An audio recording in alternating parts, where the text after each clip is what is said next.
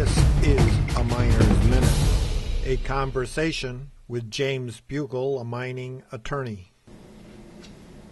Hi, I'm with James Buchal. He's an attorney here in Portland, Oregon.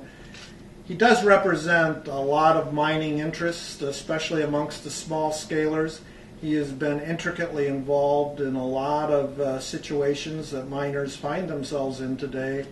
And he has so graciously accepted some time in order to give some updates of where things are and what we're trying to do as a community to defend your rights as a miner. So without delay, thank you, James, for your time, and appreciate the time because I know you're a busy man.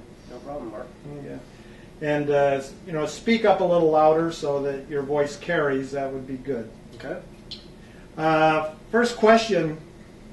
You're basically involved in three cases to one degree or another, and principally I'm out of Washington State Resources Coalition. Yet, and that to us, of course, is our premier case in Washington State. So I'd like to start with that, and for you to explain what the situation is there and what is hopefully going to accomplish from this. The situation there is there was a small-scale miner, Bruce Beatty, and he wanted to do some suction dredge mining and maybe a little high banking on a placer claim along Fortune Creek in the Cle Elum River watershed. It's on a federally registered mining claim, and owing to the recent revision of the Golden Fish pamphlet, he was cut down to 2 weeks in the summertime. Couldn't dredge in June, couldn't dredge in September. It was, I think, the first 2 weeks of August. But when Washington changed its rules, they held out in front of the miners the prospect that they could come in and get variances from the rules based on the evidence in particular cases. So Mr. Beatty applied for a variance on the ground that there's essentially no fish in Fortune Creek. He wasn't going to cause any harm. The impact was tiny. I believe he proposed to mine about 60 lineal feet of the stream over a period of 5 years.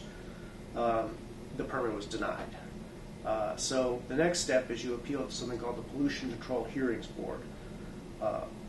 I was engaged to come before the Pollution Control Hearings Board and present evidence in support of his permit application. We engaged an expert named Dr. Crittenden. Dr. Crittenden testified essentially that maybe once every 10,000 years to once every million years, depending on the assumptions that you made, Mr. Beatty might encounter a fish red in the course of his dredging. And for this reason, the timing restrictions were essentially unsupported by scientific evidence. I should mention that the way they did the timing restrictions is they took some curves on how eggs developed in hatcheries, and they extrapolated them out to streams all over Washington State without any data about the water temperature of the streams or really any data at all. And that's where these things came from. The other remarkable thing about it is, at least with respect to the front end of the timing restriction, the restrictions in June and July, these have to do with common trout. You know, on Fortune Creek, I believe you're allowed to catch some large number of trout and kill them. Yet, as it stands in front of the Pollution Control Hearings Board, you're not allowed to take a 1 chance in a million of injuring a common trout by dredging during June or July. But that was what the Pollution Control Hearings Board said. We also made a case that there were issues that under federal law the state could not unreasonably restrict mining. The Pollution Control Hearings Board said, number one, we don't have jurisdiction to decide that, and number two, you're wrong.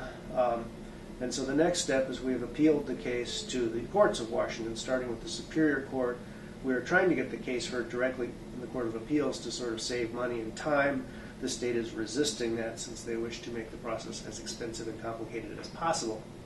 So what we hope to achieve out of this case is that we will be able to establish that state regulation of activity on federal mining claims has to take account of the fact that there's a federally protected activity going on here, and they can't just willy-nilly restrict things. The state's position is we can do anything up to and including a complete and total permanent ban on mining, and since he was still allowed to putter around on the edges of the claim outside of the water, really we don't have any preemption problem here at all. And so that's the case that's been teed up.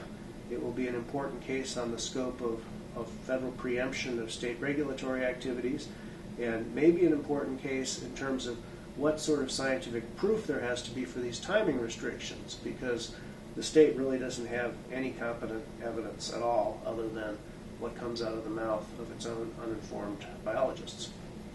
Yeah. And one thing we point out in this is that the Resources Coalition is heavily involved in fundraising this, along with a number of clubs, Bedrock in particular, which is set out to do a number of fundraisers for this. And also we've had help out of California. PLP has pitched in with some help in this case. It is an important case, and James is the point person on that. James, can I ask you a little bit about Oregon here? You're working with the OMA, and that case has been going on for quite a long time, and maybe you could give a little history and then a little bit about where the disposition of that case is now. This is a mining